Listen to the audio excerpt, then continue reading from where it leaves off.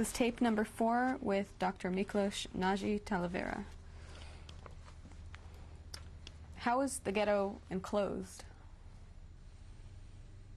Well, with a perimeter drawn up by Hungarian gendarmes, you know, a very primitive and not very effective barbed wire pulled around the brick factory. Well, the brick factory itself had very high walls, you know. In order to prevent thieves, you know, there was a barbed wire on it. How many people were there? Well, from the whole county, there had to be there at least 10,000 people, if not more. And they were all within the walls of the brick factory? Damn right that they were. They would have only dared to go one step out. The gendarmes would have shot them. Were people ever allowed to leave? No, not really. There was, I mean, a Jewish community in Szilágy Somlyó, in the city. They brought us some soup several times, but later they had also to move in the ghetto before the transports to Auschwitz were leaving.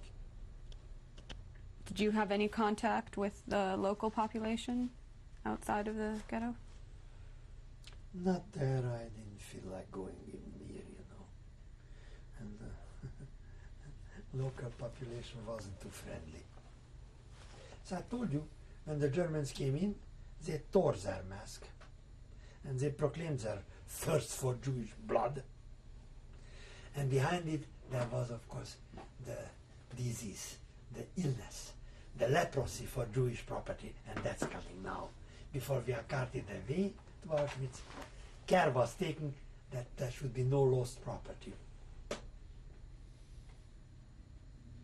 How do you mean?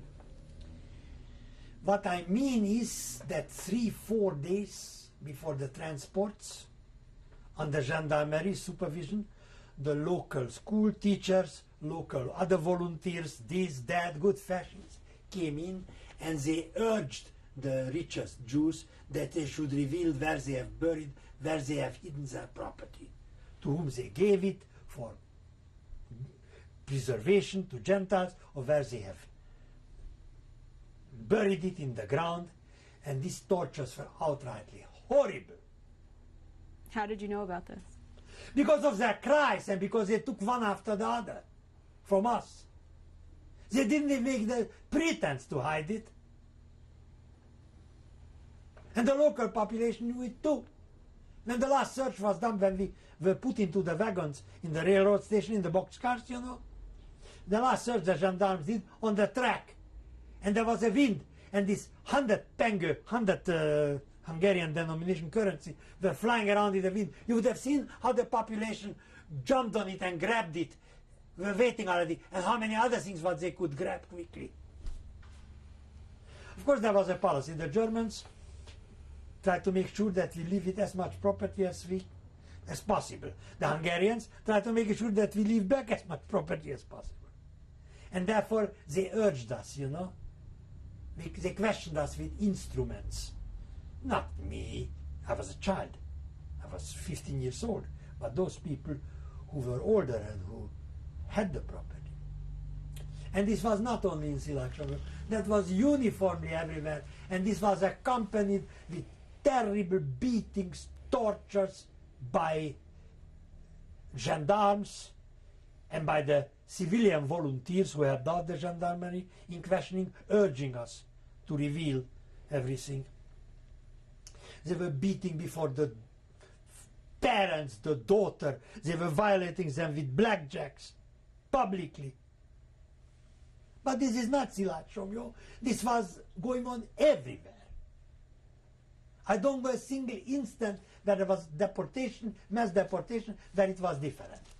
The ghettos might have been in brick factories, might have been in the city, terribly congested. It might have been in open parks like in Desh. It might have been elsewhere. And then came 3 or 4 days before the carting away to Auschwitz, the deportation and putting into the boxcars, terribly congested. It was, you know, I mean, the torture to reveal where we have hidden our property. That was standard operational procedure, SOP. How was space allocated inside the brick factory?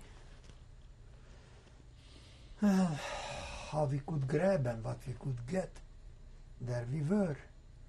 And it was very, very congested and bad. What were the sleeping arrangements like? And where you fell asleep or where you sat, there you fell asleep. With that 60 pounds of property which you took with yourself, I wish it would have been food, you know, but it wasn't. You tried, you know, to accommodate yourself in this congested, terrible space. Of course, the worst were hygienic things, you know, and hygienic needs. How did you take care of that? As we could. And that wasn't to say too much. When you have in a big factory about 10,000 people, but this was also uniformly everywhere during this deportation, because Endre Laszlo, who was the forerunner of the Holocaust in Hungary, you know, to get it through as soon as practicable in order that to finish the whole thing before the world would take note of it. Of course they didn't succeed, they just succeeded 70-80%. As soon as possible, and the speed was the whole thing, you know, and what it cost in Jewish suffering or in Jewish lives, that was not taken into consideration at all. How did you get food? What we brought with ourselves and sharing it out and dividing it. And I told you that the Jewish Council, the community, brought in something which was, and my aunt always told, it is too little to live on and it's too much to die on. But this is not Silat Shomyo, this is uniformly standard operational procedure. And there were some refinements to it. In Pécs, in a provincial city, the Jews, after trembling and bleeding after the search of valuables, were lined up, you know, in the sports stadium before driven to the marshalling yard to be put into the boxcars or outfits. And then Endre Laszlo, the commissary of Jewish affairs, reviewed them, and then he addresses them. Miért nem segít most magukon Jehova a maguk híres Istene? Why doesn't help Jehovah now on you, your famous God?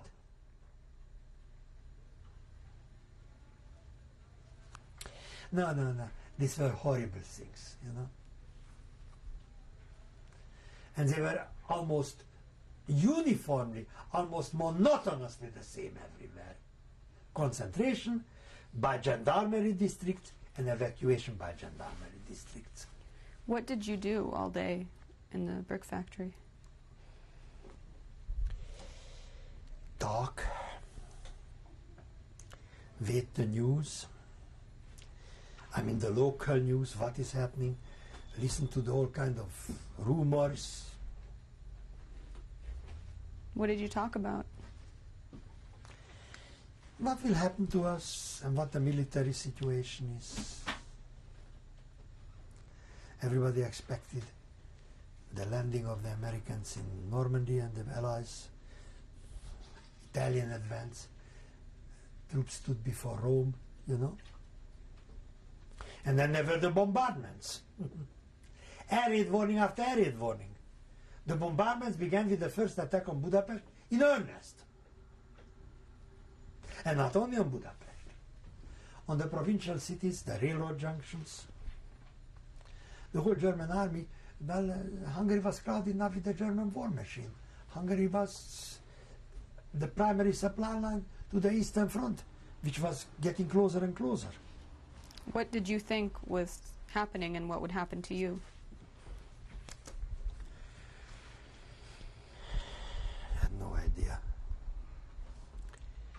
I had no idea. It came always more and more back to me, the Vienna conversation with the chimney and we blown through the chimney, right, to the Heavenly Father, right? Himmelspforte. But I didn't want to tell it to my relatives, and I didn't want to think about it myself. You know, the instinct to survive somehow banishes these thoughts.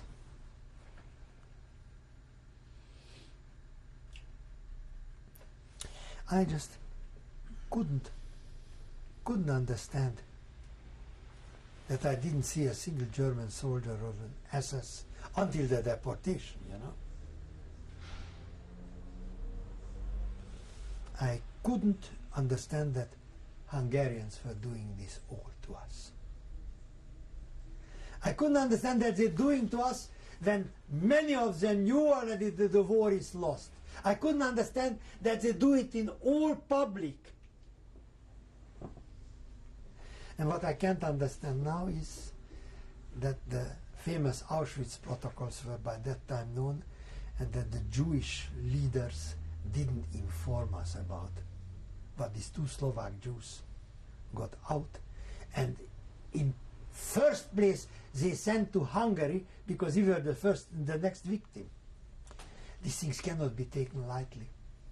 That the government should carry it out, which knows already that the war is lost. That all these things should happen in the heart of Europe, in all public, and everybody should know about it. They didn't make it a pretense to hide it, you know.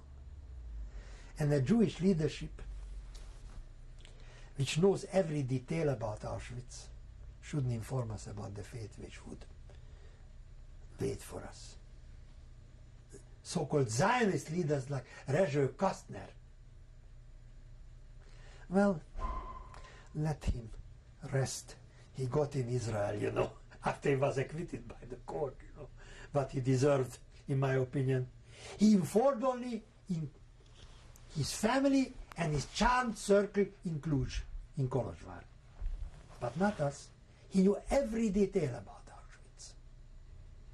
When was the first time you heard about Auschwitz? I told you, in Austria. It wasn't Auschwitz by name, but I will be blown through the chimney to the Heavenly Father, you know. Now, where it would happen, it can happen in Auschwitz, in Birkenau, it can happen in Majdanek, Chelno, Sobibor, Belzec, Buchenwald, Mauthausen, Dachau, only to name some of this master establishment. I didn't know. Do you know anyone that escaped from the ghetto? No. I know some Jews who escaped to Romania, but in an interesting way. Not from Transylvania, where everybody spoke Romanian and where it would have been easy to us, right?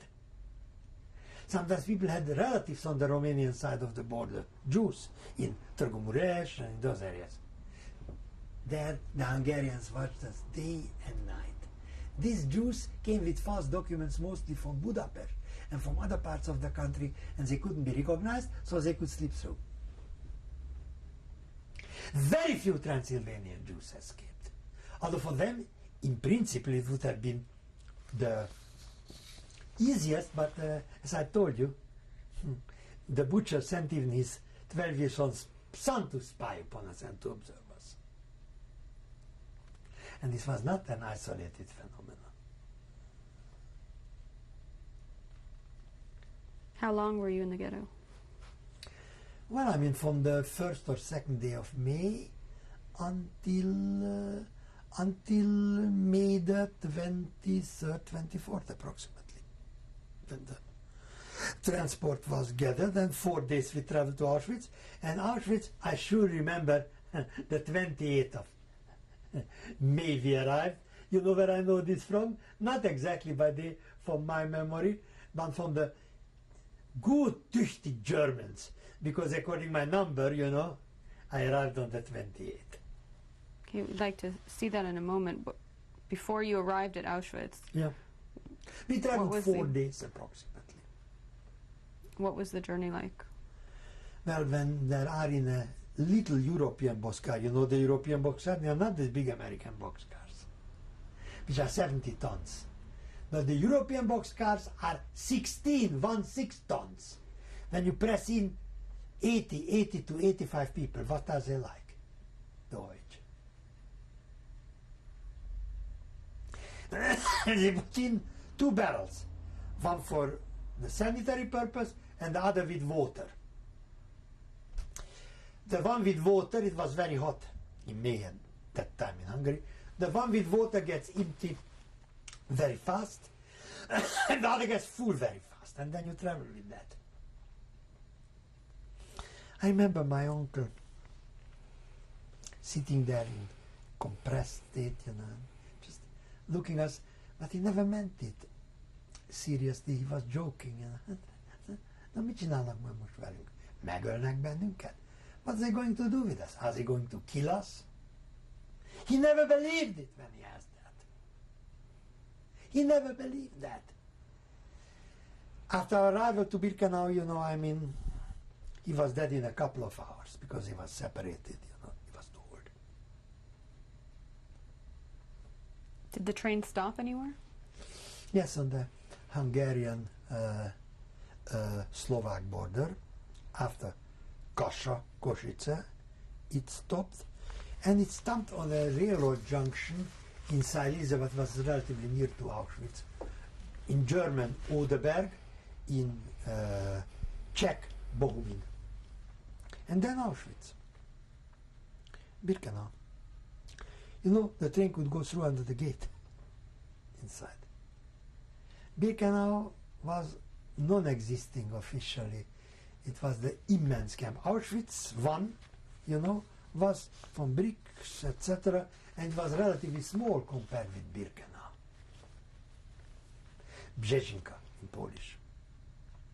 So we went through the railroad tracks. If you went, on foot, there was a kind of a bridge over, but we went by train, and then it was built to receive the trains, and then comes, of course, the selection and the special treatment. Describe what happened when you got off the train. When we ordered off the train. We were ordered off the train, it was night. It was night, it could have been 10 o'clock, 11 o'clock, although it was the end of May, but it was, already dark. It was especially dark because it was a heavy layer of clouds over Birkenau and the whole region. Even before we arrived, it was sprinkling and it was raining. But it stopped when we got out. Well, the SS was yelling out,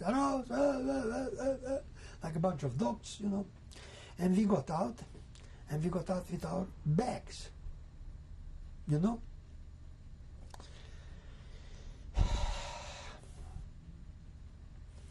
And then they told us we should keep together, and yelling and running and more yelling. And then there were a bunch of trucks, there. Don't know what that's like, what for, but we shall find it out soon. And we stood there, Then he appeared, Dr. Josef Mengele. Then he appeared, And he was standing there with 2 other SS officers. He was having nicely cleaned booth, and he was just letting us bypass him, one by one, the whole group. And he was very politely telling, nach rechts bitte, nach links bitte, nach rechts bitte, please to the left, please to the right. Our family had 2 troubles. One was that my cousin, who came back from the Ukraine, who was strong, wanting to go with his parents, the old people that they were sent to the left. He wanted to go to the left with them. So Mengele almost kicked into him because he was strong to work. And he knew what happens to the people who go to the left. And then there was another scene, when they sent Irene, my cousin, and Aniko, the little 8-year-old girl, they put them both in gas chambers because he didn't want the mothers, to be ineffective in work. Irene would have been young enough to survive, But because of the little daughter, they put her always also into the gas chamber, So, and then those who survived were marched away. And all our things were taken away from us. They told us that the trucks will bring it after us. The hell they brought it.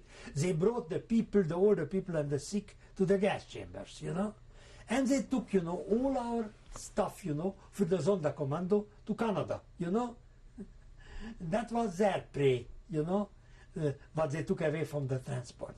And now with the Hungarian transports, hundreds of thousands arriving every week, they had a lot to take away, right?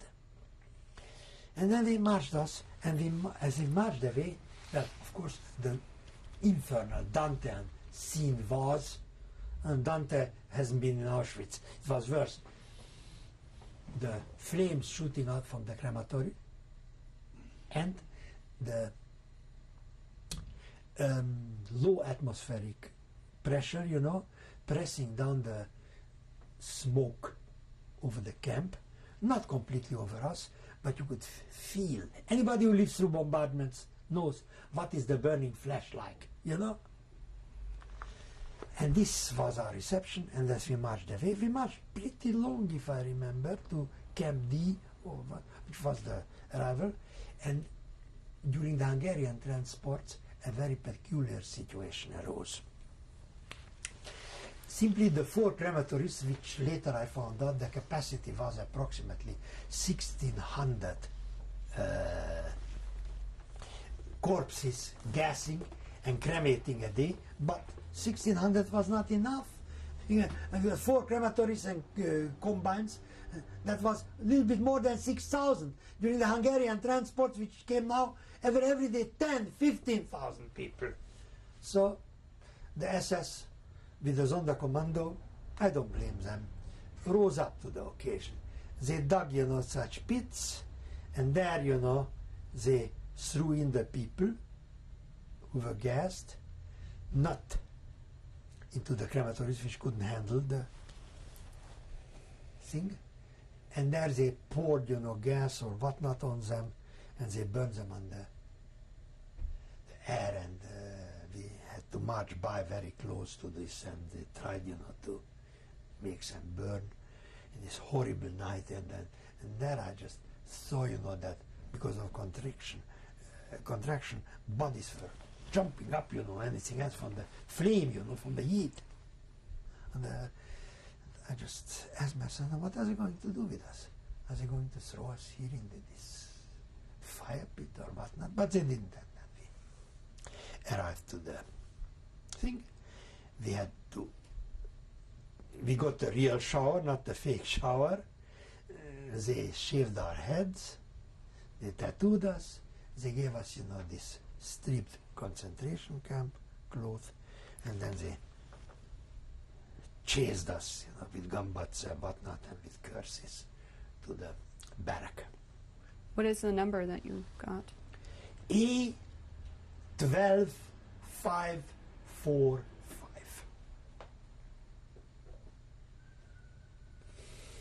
Auschwitz doesn't, E doesn't stand necessarily for Auschwitz. Did you zero in on it?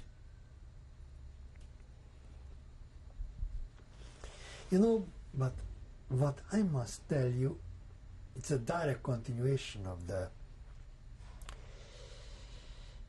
Kastner story, which should not be unknown in Israel, right? One thing is missing, and I just don't know what is the general policy in this sense. How the Jewish councils cooperated, they're integral part of the final solution. It's not my conclusion, Raoul Hilberg's conclusion, Secondly, how the capos and the Yupos and the Jewish police appointed by the Nazis and the capos, concentration camp police, how they mistreated us and in many cases killed us. Of course, I do understand, that Buchanan and the Reverend Jesse Jackson and Minister Farrakhan, I like this minister deal, would love to hear that. And I don't think, that it would do us any good. But, my God, these things happened 50 years and more before.